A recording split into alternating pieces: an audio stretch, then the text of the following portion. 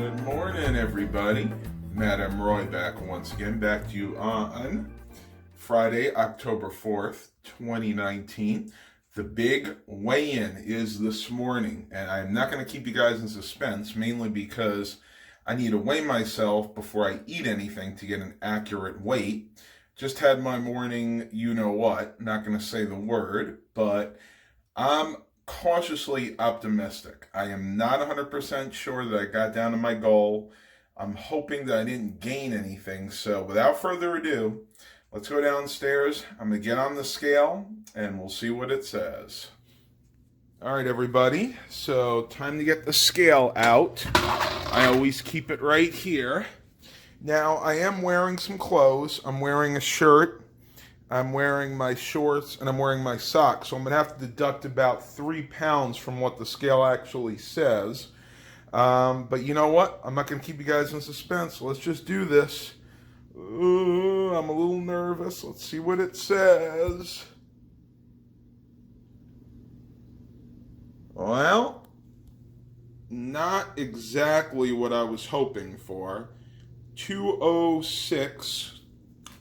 So deducting the 3 pounds for the clothes, so we got exactly 2064, which means I'm sitting right at about 203 pounds. So not quite the weight loss goal I was hoping for, but you know what?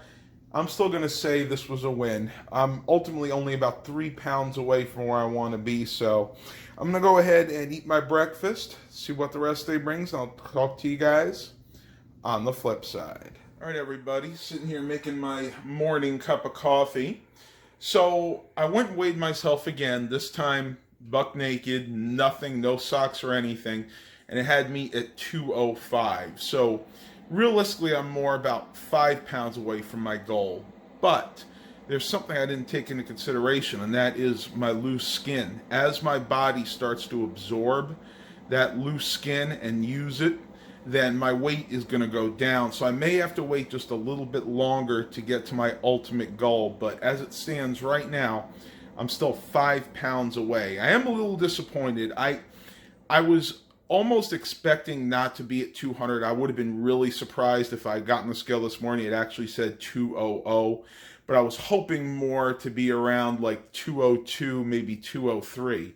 But you have to remember, your weight can fluctuate 3 to 4 pounds in a day, depending on if you're retaining water, if maybe you had a lot of salt the day before, because that can actually make you retain water and add weight. So don't worry too much. I'm going to keep you guys updated over the next week. I'm going to try to be really, really good. We'll see if I can actually get down to 200 pounds. I'm going to go eat my breakfast, see what the rest of the day brings, and I'll talk to you guys on the flip side. All right, everybody. So went to take out my Raleigh SC40 this morning and having a little issue with the rear tire. As you can see, I got these recently replaced at Scat Bikes. They do a great job there. Originally this had the road tires that didn't have the treads in the middle, just on the sides.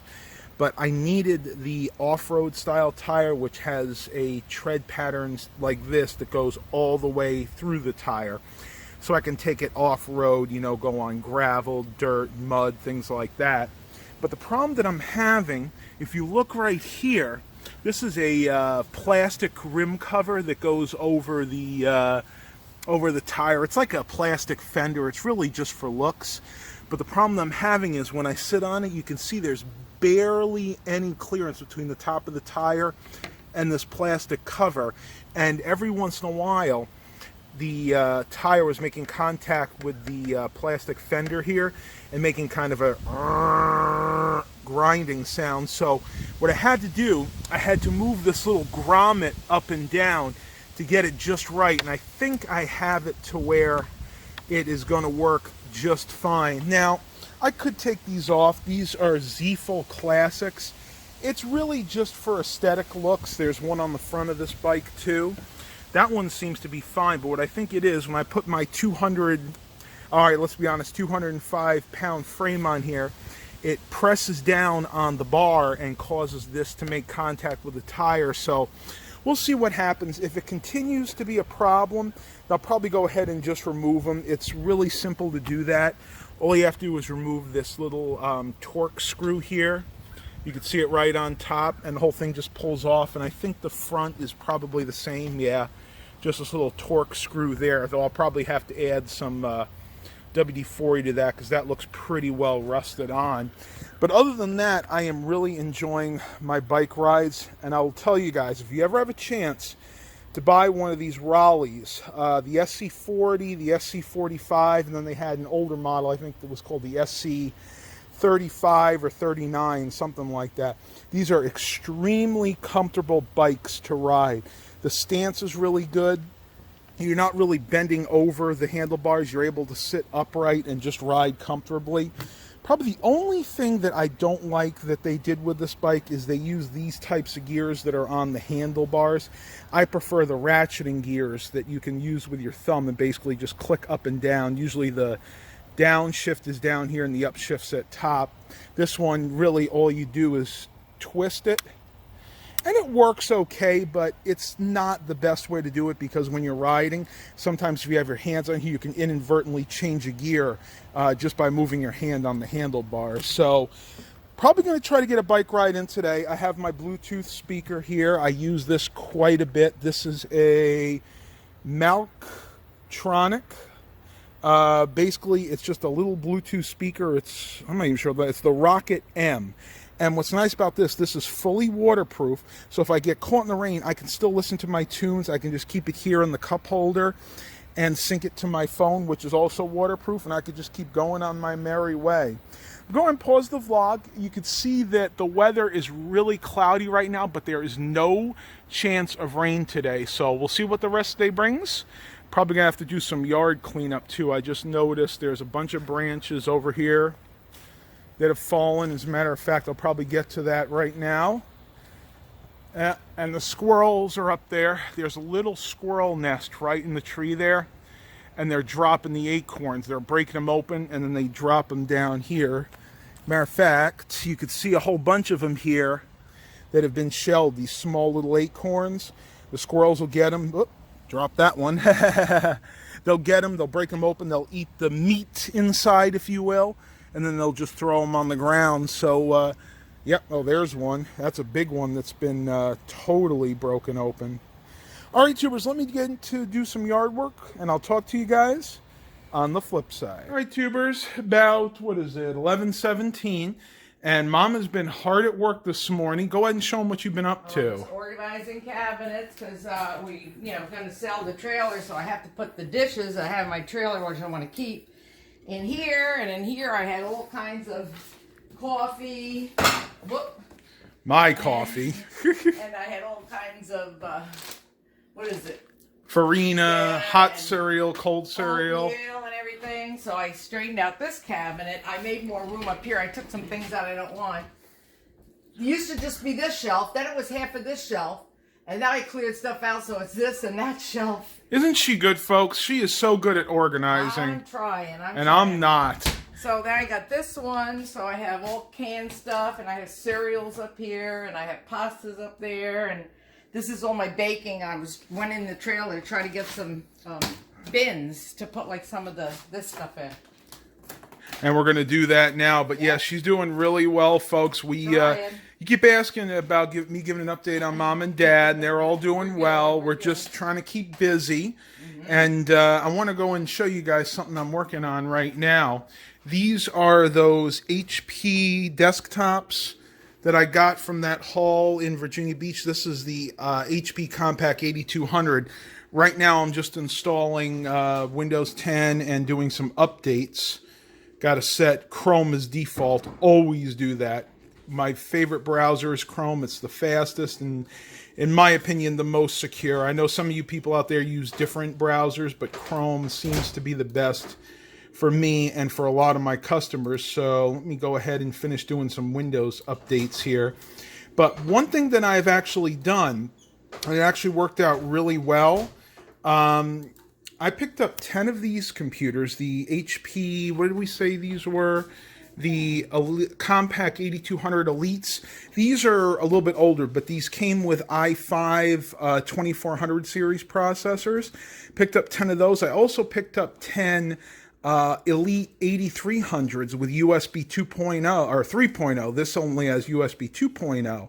And I picked up 10 of those. So what I'm actually doing is switching the processors, because those systems only came with Pentiums, and these have i5s, and luckily they're interchangeable. They both use the same socket. I think it's like socket 1155, but you could see that the ones that had the i5s, the 4 USB ports here are only USB 2.0, whereas with the ones that came with the Pentium dual cores, they had USB 3. So kind of adding a little bit more value to these systems.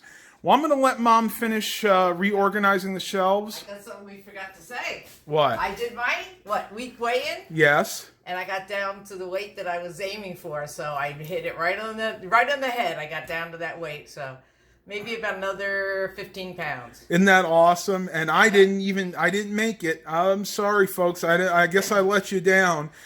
Yeah, you can't help it, because just so close, when you're that close to your goal, sometimes you could stalemate for like weeks. It's very hard. I have to agree. So I have another 5 pounds to go. I'm basically 205. I got on the scale naked just to see, and it was like right at 205. So I have some ways to go. I'm going to let Mom go ahead and finish up here, and we'll talk to you guys a little bit later. All right, we're here in Aldi, our favorite store where we do most of our shopping. Mom's going to grab a flyer. What looks good today? Anything? Let me see. This looks different than this one. Oh, it's Got apples and grapes and chicken fillets. $2.29 a pound. That's actually not that great. Yep. And up front they got these Boulder Classic. What is this? Paper towels. That's not bad. $1.09. And Mom's leaving me in the dust today. What are your? Oh yeah. We used to get these in Canada all the time. These are really good maple leaf cookies. Was Benton the brand? I don't remember. Let's see where they're made. I don't know if it is or not. It probably says, yep, product of Canada. Now here's the thing. There are 110 calories for one cookie. And what are the ingredients? Wheat flour. Actually, that's not bad. Not bad at all. No high fructose corn syrup. But yeah, one cookie's, I don't know. You know what? We're going to snag them. All right, I'm going to snag a box while they have them. Yeah, it is pretty high.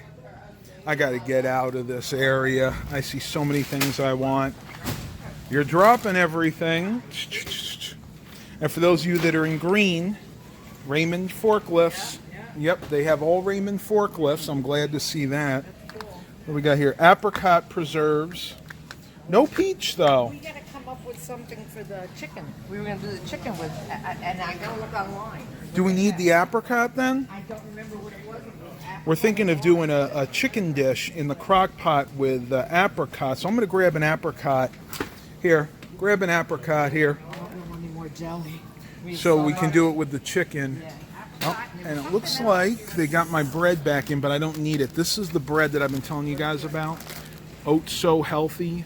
This is some of the best, healthiest bread that you can get.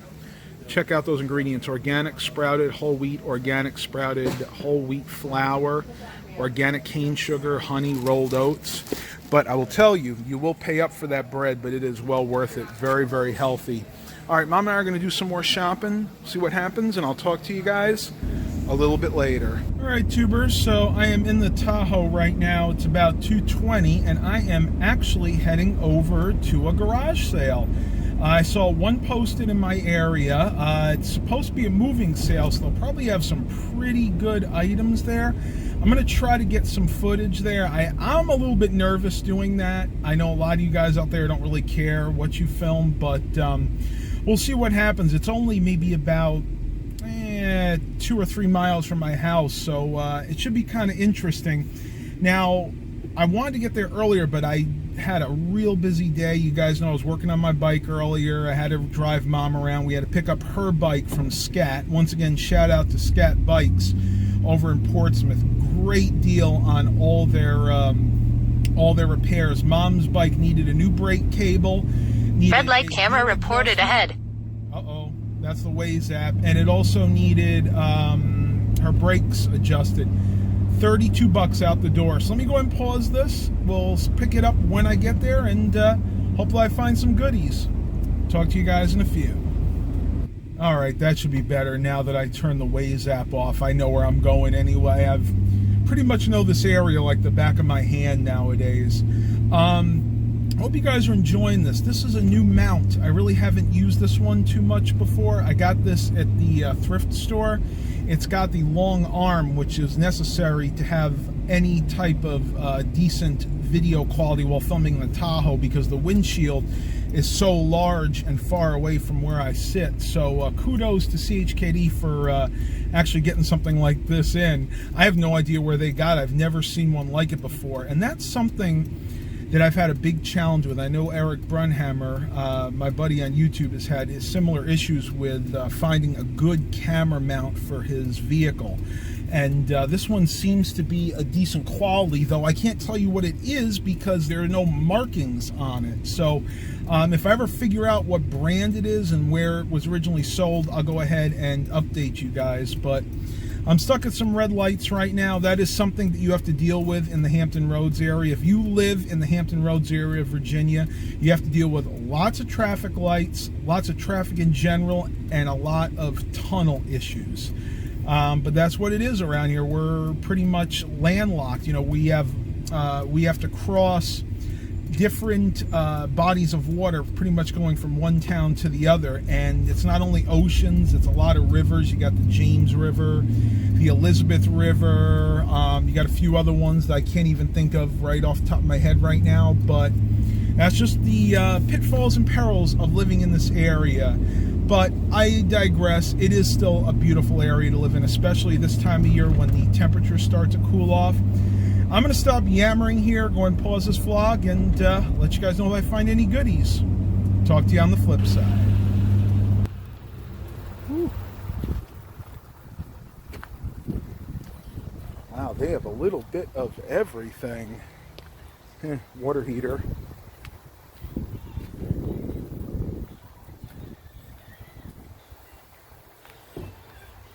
Whoop. Bingo.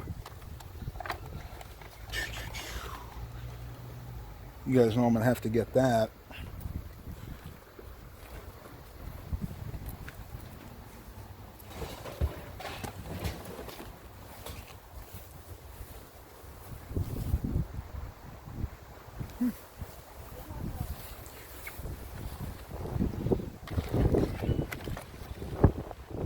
Check it out, the old sing-along videos, Fantasia. Oh. Quite a bit here. Looks like everything and maybe even the kitchen sink.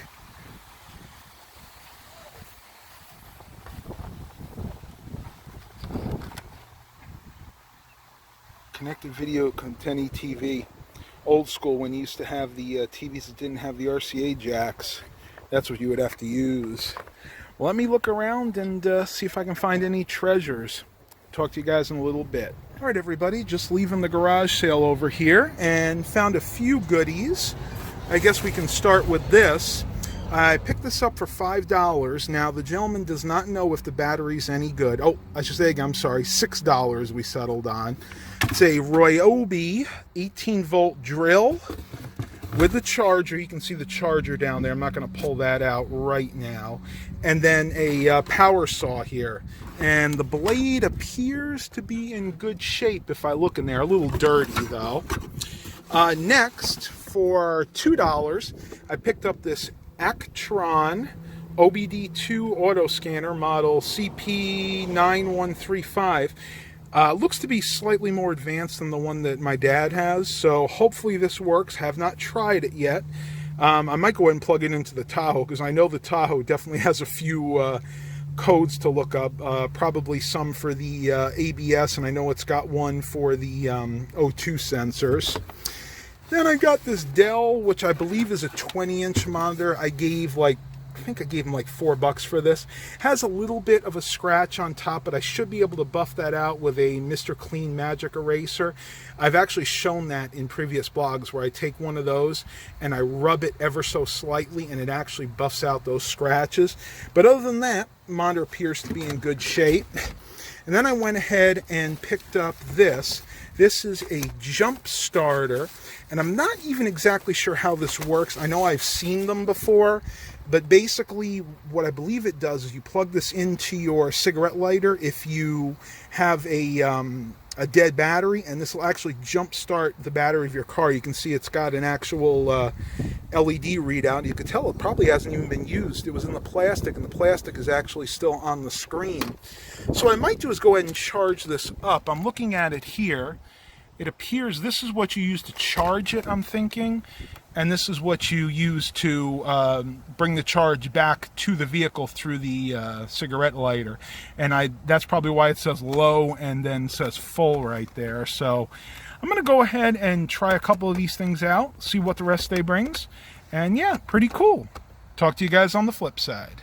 All right, I figure we'll go ahead and try out this OBD2 reader. So I got to go ahead and put the keys in the ignition, turning off the radio, making sure I don't get a copyright strike here. And let me see if I can reach down there and plug it in without having to get out of the vehicle. I don't think so. So this is going to be take two. So the OBD2 port in a Tahoe is right here. We go ahead and plug this thing in.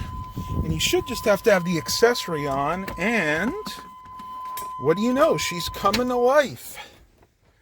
Main menu. So let's see if it found any codes. Read codes. Enter, I'm guessing. Linking. No codes returned. Oh, cool. I'm shocked because I would have thought for sure this thing had some codes by now, but maybe not. Let's go back and see. It says read codes. Erase codes. What is this? Mill status. IM monitors. Tool setup test. I'm not sure exactly what all this is for. Let's go ahead and start it up real quick. Might make a difference. Sometimes I think you have to actually have these things started up for it to read properly. Let's see. Go back to number 1 if I can. Because I know for a fact this thing had codes. Let's see. Main menu, reading data from vehicle. No codes returned. Well, I'll have to play with this a little bit more, but yeah, I mean, that's pretty cool. Those of you that are a little more mechanically inclined than I am, let me know if this is a good scanner or not. I'd be very curious to know. All right, time for me to head back home, so I'll talk to you guys a little bit later. All right, everybody, so that was kind of interesting. Yeah, I guess there are no codes stored. Now, here's something. My ABS light comes on pretty much as soon as I start rolling. So what I need to do is pull over later on and see if there's a code for the ABS system. Now, if it's not showing a code up for the ABS system, then one of two things are happening. Either the scanner itself is broken, or it's not sophisticated enough to read an ABS code. But being that this is a 96 Tahoe, the first year of OBD2, this scanner should be more than capable of reading any codes that this vehicle would provide. So I don't know. And then, of course, there's every possibility that the light on the dash is what they would call a broken light. In other words, the issue is in the cluster and not even in the ABS system itself. And I would kind of buy that, because when the ABS light itself comes on and I put my foot on the brake, I can still feel the ABS system working. So I don't know. You guys can tell me what you think, but that's just my hypothesis on what might be going on. I'm going to pull over here real quick, and I'm going to go ahead and run the scanner again with that light on, and let's see if we get anything. All right, so we have the anti-lock light, ABS light on, and I went and plugged the scan tool in, and let's see if there are any codes to read right now. So we'll go ahead and click enter. Linking with the vehicle, reading data from vehicle. Pass, no codes returned. So again, that probably means that this is not sophisticated enough to read the code, or even more likely than that, I'm guessing that that's just probably a bad light. But I'm sure one of you guys out there can tell me which is which. All right, I'm getting hungry. It's getting on 3 p.m. I usually eat my dinner around this time, so I'm going to go ahead and pause the vlog, see what else we can get up to today, and I'll talk to you guys a little bit later. All right, tubers, I'm back home in my room, and I'm ending the vlog here for today. I have a few other things I need to do, and just going to have some fun for the rest of the day, so please continue to like and subscribe, and as always, have a blessed day, everybody.